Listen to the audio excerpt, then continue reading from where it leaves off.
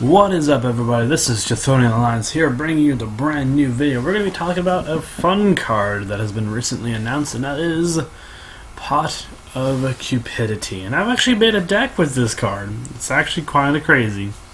It's kind of fun, actually. So for those of you who don't know, what this card does is that as a cost, you banish the top 10 cards of your deck face down, and then you draw 2 cards. You can only use the effect of this card once a turn, but that doesn't matter. So I decided to go ahead and put this in a deck, and as you can see, it's basically a Necroface deck of sorts. The star cards obviously being Necroface himself and Grand Maju Daiza, but I want to go through each tech and explain why they're here. I want to go over other techs that you can consider. And so the first card we're going to talk about is Golden Homunculus. Golden Homunculus gets 300 attack and defense for each card in the graveyard, and it already has 1500 attack, and it's not hard to bring out. Though the only reason why I'm running this at 2 so I can consistently see it enough. But if it gets banished by a Pot of Cupidity, you don't really care. A DD Survivor, this is just here to fill spots, but it's a decent 1800 attacker, so it's also pretty good. Necroface is a really good card, and mostly because it brings all the cards that you banished back that you drew with Pot of Cupidity back. Necroface will not trigger under Pot of Cupidity because it banishes them face down, so it won't recognize it as Necroface. It'll just recognize it as a card. So, for those of you who are wondering, oh my gosh, I can mill 10 I can mill 10 more cards, and my opponent will lose 10 more cards. We'll lose 10 cards also. That won't work, unfortunately. Other cards are Banisher of the Radiance. This card's basically Macrocosmos. I wouldn't be playing this card if Macrocosmos was at 3 or 1. I wouldn't be playing this card if Macrocosmos was on at 3. Or if Dimensional Fissure was at 3. I would probably play 2 Dimensional Fissure over this card. We have Gales to give you some synchro options, so it's also pretty good. Banisher, it's basically the same thing as Banisher of Light, basically the same thing as Banisher of the Radiance. Grand Maju Daiza, this card is actually better than this card, in my opinion, because 1, it's level 3, so therefore it's easy to bring out. Actually, another tag that you could possibly run in this deck.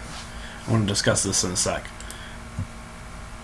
I'll discuss these in a sec, but this card is really good because it auto projects a game state, and it's a really good card because it almost forces a win. It's almost a force win because your opponent might have a hard time dealing with Grand Maju simply because it's so beefy.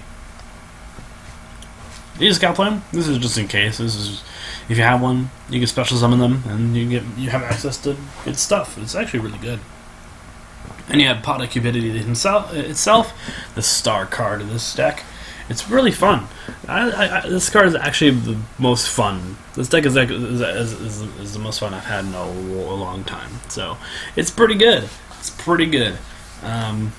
Also, Gold Sarcophagus is pretty good. It's it auto searches Necroface. Under Macrocosmos, Foolish Burial does the same thing as Gold Sarcophagus.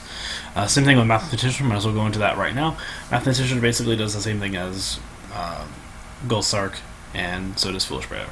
A Pot of Duality, you don't really special summon all that much, and when you do, it's mostly from your Vanish Zone with the DD Survivors and the DD Scout Planes. So this card doesn't really matter.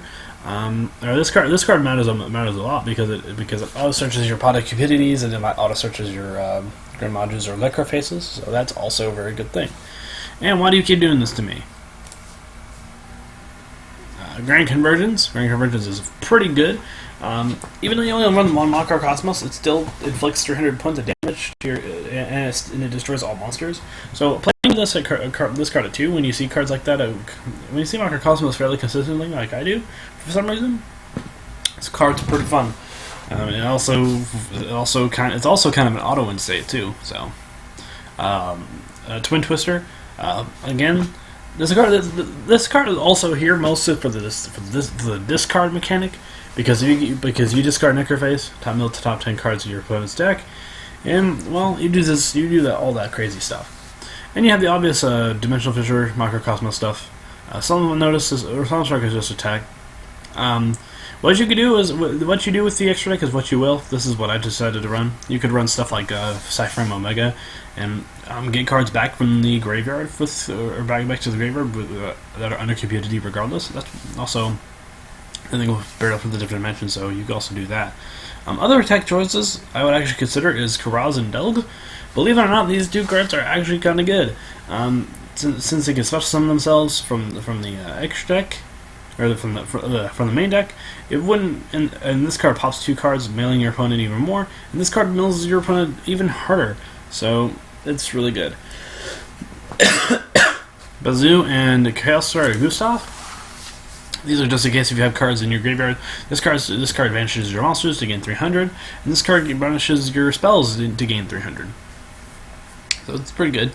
I already explained my math position. Tour guide, just to recruit out Diaza and Banisher of the Radiance or Banisher of the Light. It doesn't matter because this card is, or no, not these two, not these two. These cards can't get these two, but you can get this card. You can get this card. So, Allure Darkness, draw power. I mean, you really don't need it if you have Duality, but it's still there. Again, Burial and DD Dynamite. This card is actually really fun. It's a burn card, and it's, I mean, you play this when you have game.